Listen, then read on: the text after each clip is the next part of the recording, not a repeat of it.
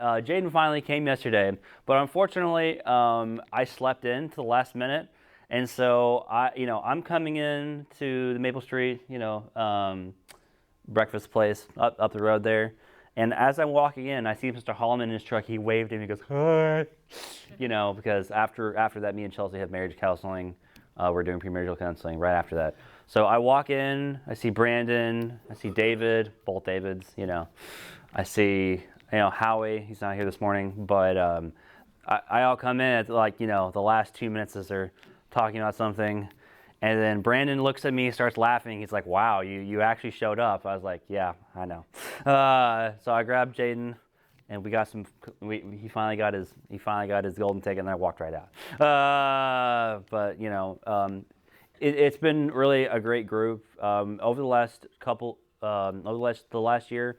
We've gone through some really good books like The Discipline of a Godly Man, The Attributes of God by A.W. Tozer, and there's some really good chapters that really challenge you, especially Disciplines of a Godly Man, like the discipline of prayer and the discipline of ministry, right?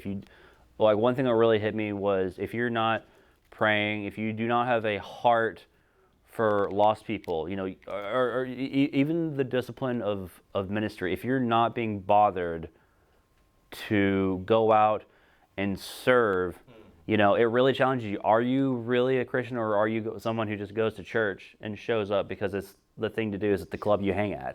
And that really got to me. I was like, wow, okay, maybe I shouldn't try to be, just showing up and avoiding a lot of stuff, and serving a bit more.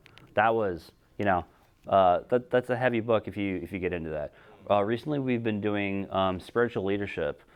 Like what makes a leader? Are leaders born or are leaders made, right? And it's interesting. It goes through typical leaders, or someone you think would be charismatic, someone who is authority. But there's multiple examples in the Bible, like David, who was one of the last sons, right? The little guy, and God made him, right? He was faithful. It was small things that God directed him and guided him, and he ended up being the king of Israel and one of the most famous kings in the Bible. It's also, the group's been really good because there's been other men there that you get to hear their testimonies. You get to hear, how do you deal with leadership in the workplace from David, right? Or, how he struggles with imposter syndrome. I'm not a real Christian. I'm not a real leader, and it's, turns out he does all the things a leader has, funny enough. Do you prep? Do you read your Bible? Do you bother to crack it open? Right? And so it keeps us really accountable, and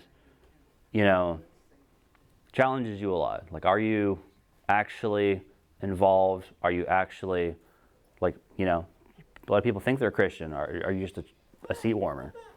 Right? Are you involved? Do you pray every day? The 21 days of prayer has been really good for me. And one thing that I've learned is, during the first week I started a few days late.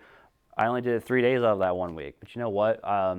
That's okay, because the week before I did one day. Right. And now, the average has gone up. So it's okay to stumble and fall. That's why we're here. That's why we have groups to have us accountable, to demonstrate each other. So I would highly encourage you, if you're not already part of a group that works for you. I personally don't like getting up even at 8 o'clock, but I sometimes sleep in. But that's okay if you miss a little bit. The fact that you're coming shows that you're trying.